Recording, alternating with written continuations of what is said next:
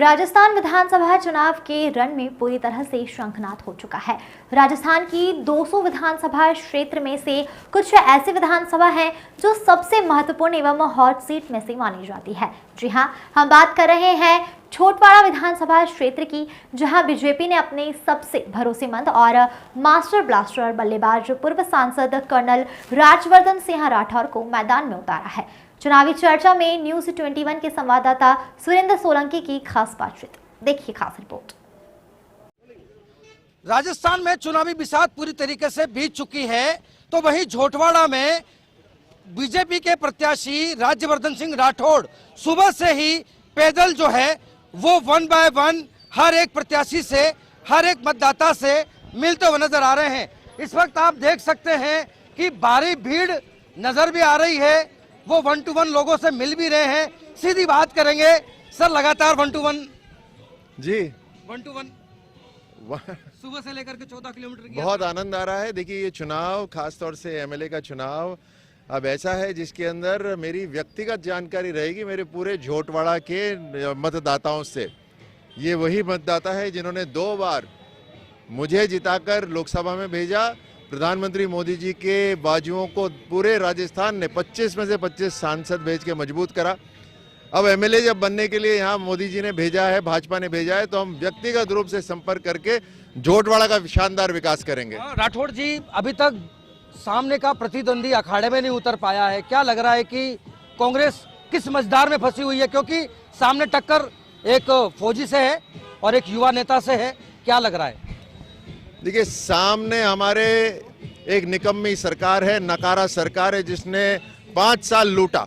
अब उस सरकार का कोई भी प्रतिनिधि आ जाए, हमें कोई चिंता नहीं है। राजस्थान की जनता और हम पूरी तरह से तैयार हैं। राठौड़ साहब, जिस तरीके से राजनीति का बेहद कम सफर तय किया और आप शीर्ष नेताओं के आंखों का तारा बन गए, क्या तिलिस्मी जादू है? नहीं, ऐसा कुछ नहीं है। भारतीय जनता पार्टी का एक एक कार्यकर्ता सबके लिए प्रिय है। मैं तो जिस तरह का भाव से मैंने सेना में काम करा या खेलों में काम करा, अपना 100% इस देश के प्रति समर्पित करा, अब उसी तरह से प्रधानमंत्री मोदी जी तो ऐसे लीडर हैं जिसके दशकों से और सदियों में एक बार कोई ऐसे लीडर आते हैं, उनके लिए काम करने का हम सबको मौका मिल रहा है। तो पूरे समर्पण भाव से अब राजनीति के अंदर भी सेवा भाव से काम कर रहे हैं। तो अपना सब कुछ समर्पित है इस राष्ट्र को हमेशा के लिए। राठौड़ साहब, जिस तरीके से रेवड़ियां बांटी गई लास्ट में गहलोत सरकार की तरफ से, लाल डायरी का मुद्दा, क्या लगता है कि ये कहीं न कहीं ये सारे मुद्दे जो है वो कांग्रेस के लिए घातक? देखिए, जब एक जिम्मेदार व्यक्ति, जिसको राजस्थान ने बड़ी जिम्मेदारी दी गहलोत साहब को और उनकी पार्टी को, 4.5 साल उन्होंने राजस्थान की परवाह ही नहीं करी, ना युवाओं की, ना किसानों की, ना महिलाओं की, अपने हाल पे छोड़ दिया। मतलब भजन बजाओ तो अनुमति लो, ऐसा तो अंग्रेजों ने भी नहीं करा। 35,000 महिलाओं के साथ शोषण हुआ है राजस्थान में।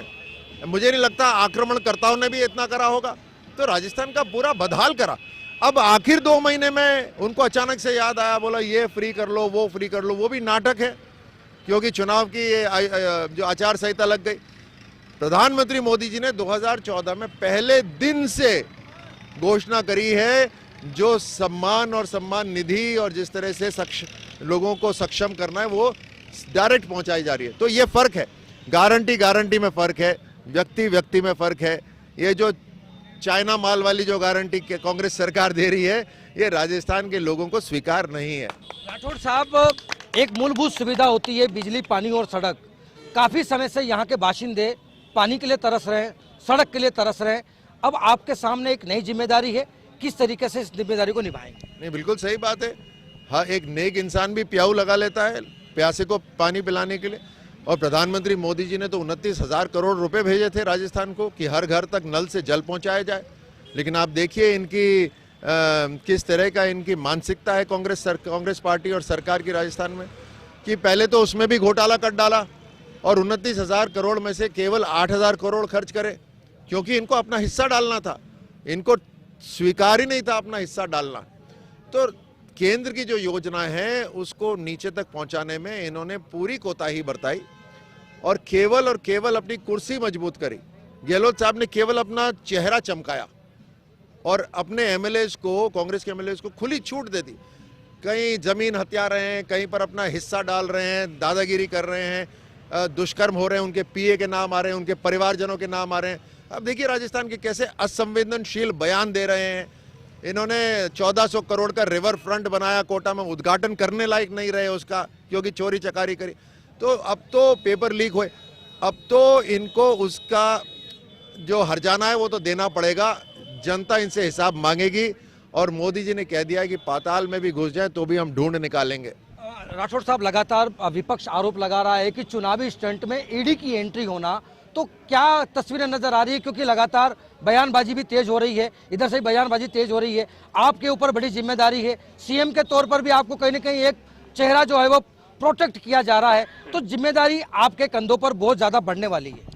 देखिए, सबसे पहले तो मैं बता दूं कि 4.5 साल तक कांग्रेस सरकार तहकीकात कर सकती थी, इंक्वायरी कर सकती थी। ना आरपीएससी के अंदर जो इनकी पॉलिटिकल नियुक्ति होती है उसमें इन्होंने कोई इंक्वायरी करी। इन्हीं के लोग घूस मांग रहे हैं उसके अंदर 18-18 लाख रुपए के। ना इन्होंने पेपर घोटाले में कोई इंक्वायरी की, कोई बड़ा ना व्यक्ति नहीं पकड़ा गया इसके अंदर, जबकि लोगों का जीवन बर्बाद हो गया। जिस तरह से खनन माफिया, इनके सचिवालय के अंदर सोना मिल रहा है, करोड़ों रुपए मिल रहे हैं, कोई इंक्वायरी नहीं हुई। इनके ओएसडी की अचानक से जो दफ्तर है उसमें आग लग जाती है, सारा दस्तावेज उसमें जल के राख हो जाते हैं। सेक्रेटेरिएट में आग लगी और ये फायर ब्रिगेड को बुलाए। आप सोच रहे हैं लाल डायरी इनकी निकल रही है। तो ये घोटाले हो रहे हैं, 4.5 साल खुद इंक्वायरी कर सकते थे, नहीं करा। जनता का पैसा है तो जनता तो चाहती है ना इंक्वायरी हो। अब केंद्र सरकार की सीबीआई की भी एंट्री इन्होंने राजस्थान में बंद करी हुई है, क्योंकि राज्य सरकार के ऊपर निर्भर करता है। इन्होंने बंद करी हुई है, सीबीआई नहीं घुसेगी तो ईडी तो आएगी। और 4.5 साल इंतजार करा, कभी तो आएगी।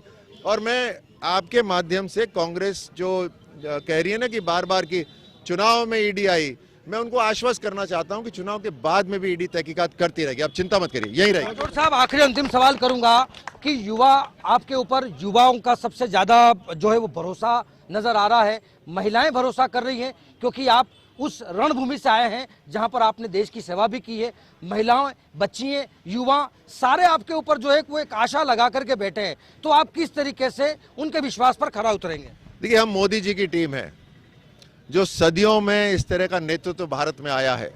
जो हम किताबों में पढ़ते थे ना, ये सोने की चिड़िया है, ये हुआ करती थी, लेकिन अब ये 21वीं सदी की पीढ़ी वापस से मोदी जी के नेतृत्व में हिंदुस्तान को, भारत को सोने की चिड़िया वापस से बनाएगी। तो इसका लाभ सीधे सीधे युवा पीढ़ी को मिलने वाला है। हम जो नया भारत बना के जाएंगे, ये युवा पीढ़ी को सौंप के जाएंगे। जो 25 साल का जो विजन है प्रधानमंत्री जी का, उसी विजन पे राजस्थान में काम होगा। तो बाकी प्रदेश आगे बढ़ रहे हैं, राजस्थान पीछे जा रहा है बिकॉज कांग्रेस सरकार के। हम वापस से राजस्थान को अग्रिम पंक्तियों में लाएंगे और सबसे ज्यादा लाभ उसका युवाओं को, महिलाओं को, किसानों को मिलेगा। बिल्कुल निश्चित तौर पर जिस तरीके से देखा जा रहा है कि राज्यवर्धन सिंह राठौड़ जिस तरीके से पैदल चल करके 1 to 1 मतदाताओं से मिल रहे हैं, बात कर रहे हैं, और जो युवाओं का जो जोश देखा जा रहा है, लेकिन ये तमाम तस्वीरें तभी क्लियर हो पाएगी जब झोटवाड़ा में कांग्रेस प्रत्याशी से कोई ऐसा चेहरा चुनावी स्टंट में या चुनावी दंगल में नजर आएगा। क्योंकि अभी हाल फिलहाल एक तरफा ही यहां पर कैंडिडेट की स्थिति साफ हुई है, लेकिन अब कांग्रेस अपने कैंडिडेट को कितने घंटों में इस झोटवाड़ा के इस चुनावी दंगल में उतार पाती है, ये तमाम तस्वीरें हाल फिलहाल अभी बाकी हैं।